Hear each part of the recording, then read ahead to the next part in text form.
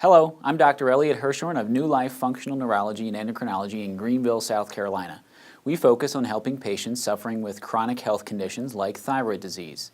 In this video, I'm going to discuss what does inflammation have to do with thyroid health. Did you know that a common thread in almost all chronic diseases like diabetes, autoimmune diseases, heart disease, even thyroid disease is actually inflammation? What is inflammation?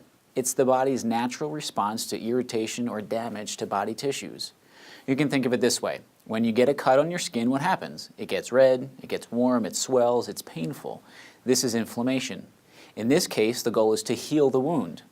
Well, the same can happen systemically to your body, not just locally.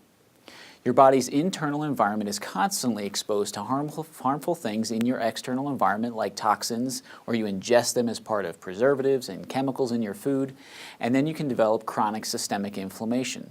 This can go on for many years before any outward symptoms start to show, but all the while, over those many years, your body is slowly being destroyed constantly by an inflammatory attack. It's basically like having a blowtorch inside your blood vessels and on your nerves. You can imagine that after a while, significant damage will result and dysfunction will be the case. Let's specifically talk about how inflammation can impact your normal thyroid physiology. There are four main areas that we'll discuss: the brain, the liver and the gut, your body's cells, and then also the immune system. The first place that inflammation wreaks havoc on the thyroid is actually in the brain. Increased inflammation has an indirect effect on thyroid hormone production in the brain by negatively influencing the signaling mechanism coming from the brain to your thyroid. Inflammation decreases activity of the hypothalamic pituitary axis in the brain, which is normally responsible for telling the thyroid when to make more thyroid hormone. If there are less signals from the brain telling the thyroid to produce more hormone, there will be inevitably hypothyroid situation resulting in the common symptoms of hypothyroidism, things like insomnia, weight gain, fatigue, hair loss, and brain fog. Thyroid hormone is produced in two forms, T4 and T3. Mostly T4 is produced, but mostly T3 is needed, so there has to be a conversion process of making T3 from T4. That happens actually outside of the thyroid gland. It mainly happens in the liver, but also some in the gut and other peripheral tissues. Inflammation can cause this conversion process to slow down. When that happens, your body has less T3 available to stimulate your cells and drive metabolism. If metabolism of, let's say, a hair cell goes down, what do you think is going to happen to that hair cell? It's going to fall out. And that's why hair loss is such a common symptom of thyroid disease. Finally, I want to talk to you about how inflammation can impact the very end of thyroid metabolism. Let's say that all the prior steps of making thyroid hormone and converting are working very well. The thyroid hormone gets into the blood and it goes to the cell. It tries to activate the cell, but the cell is resistant to that thyroid hormone. This cellular resistance can be caused by chronic inflammation and can also result in hypothyroid-like symptoms. Think of it this way. Let's say thyroid hormone is a key. On all of your cells is a lock, and only thyroid hormone can open that lock. When the key opens the lock, the metabolism of your cell runs normally. When it doesn't open the lock as much, your metabolism goes down and you end up with hypothyroid-like symptoms.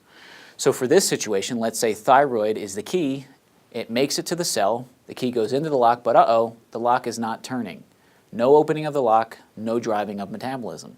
Inflammation can make the lock rust out, so to speak, so it won't turn. Without opening the lock, the cell's metabolism drops and hypothyroid symptoms can result. Another more specific form of inflammation that can also impact the cell's response to thyroid, or the lock and key analogy I just shared, is an inflammatory chemical called homocysteine. High levels of homocysteine can cause severe blood vessel inflammation leading to cardiovascular disease. But it can also lower your body's cells' response to circulating thyroid hormone levels, creating a hypothyroid situation. Elevations in homocysteine can result from deficiencies in vitamin B12 or folate. These deficiencies can be caused by genetic defects in a gene called MTHFR, which is one that we commonly test for. Low B12 and low folate leading to high homocysteine can also be caused by an autoimmune disease called pernicious anemia. This condition is where your immune system is actually destroying your stomach's ability to make cofactors necessary for proper B12 metabolism. As you can see, homocysteine metabolism and its resultant inflammation can be complex, and so it's an important factor to consider in overall thyroid health. Be sure that any provider you choose to work with is addressing these potential inflammatory issues.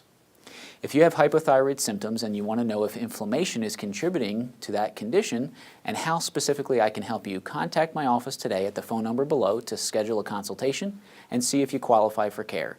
Thank you and have a great day.